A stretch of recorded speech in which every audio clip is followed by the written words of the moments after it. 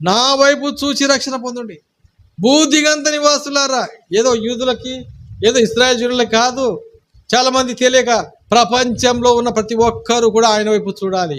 యేసు ప్రభు అందరి కొరకు వచ్చాడు. యేసు క్రీస్తు వారు అందరికీ ప్రభువే.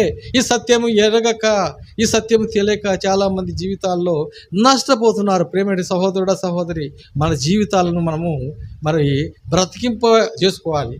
మనము పాపమనే పాము కాటు చేత కొట్టుమిట్టాడి చావు బతుకుల మధ్యలో ఉండగా యేసు వైపు అలా చూసి, ప్రభువా నీ మరణం నా కొరకే ప్రభువా, నేను చనిపోకుండా బ్రతకాలంటే నిన్ను చూడాలి అని ఆయన వైపు చూస్తే మనం బ్రతుకుతాము. అయితే చూడండి, సమరయ స్త్రీ కూడా ఆయన చూసింది.